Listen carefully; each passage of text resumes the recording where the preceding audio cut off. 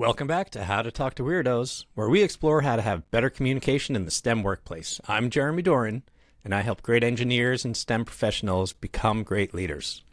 Do you ever struggle to get someone's attention when you're trying to make an important point or share some interesting information? That's what this episode's about. It's about how to get people to pay attention to what you have to say to make them want to listen. Back in 1997, Dunbar and Marriott did a study about the content of what people talk about. And they found that 78% of what we talk about is ourselves. Our thoughts, our fears, our perspectives, what's happening in our world. And if 78% of what we talk about with another person is ourselves, can you imagine how much what we think is actually about ourselves?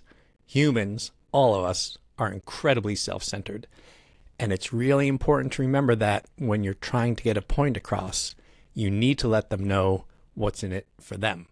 So I have a little sticky note that says WIFT, W-I-I-F-T, and I have it right on my computer monitor.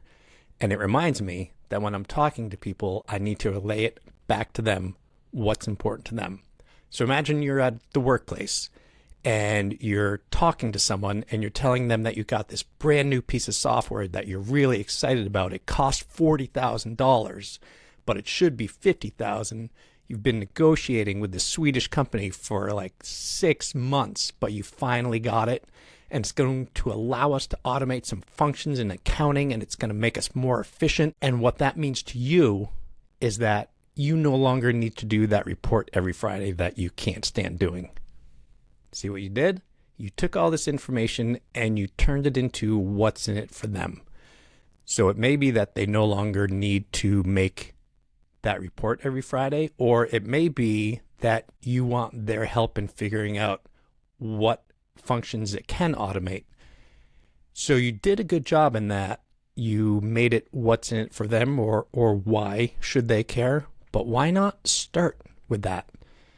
Telling the whole story about the software, people might have stopped paying attention by the time you get to what's in it for them. But if you start with it, then they're going to pay attention to the rest. If you start with a hook, hey, good news, already they're paying attention. You no longer need to do that report every Friday because, and then you can tell the whole story about the software and how you negotiated.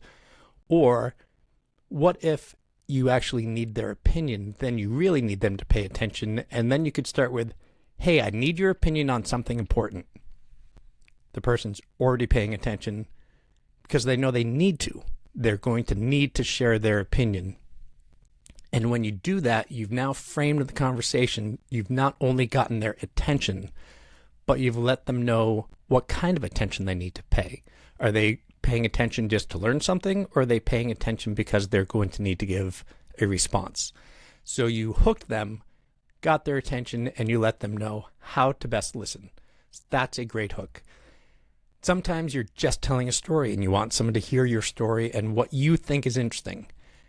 So if I were to tell people, did you know that the circumference of the Earth is about 24,000 miles?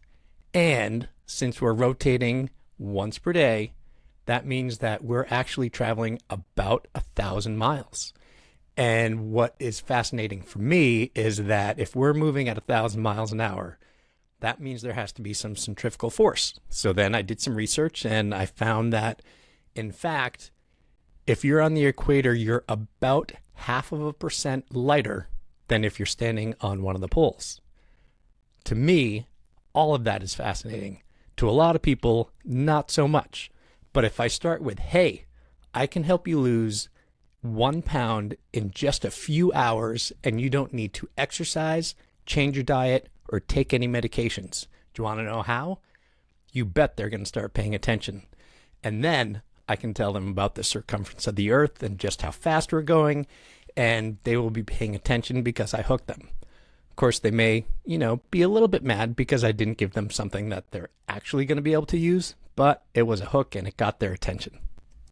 If you want more information on how to start off a conversation to get people's attention, I recommend going back to episode 10, where I interviewed Chris Fennings.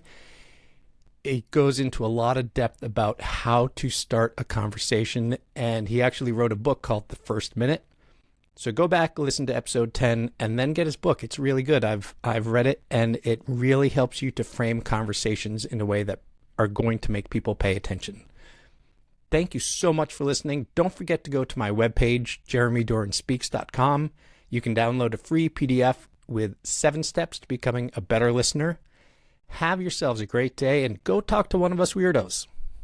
Thanks for listening to another episode of How to Talk to Weirdos. Hopefully you found it both interesting and useful. If either of those things is true, please share. Do you have a friend or a coworker who could benefit from listening?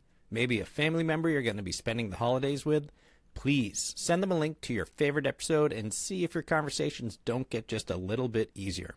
I would really appreciate it. Thank you so much and have a great week.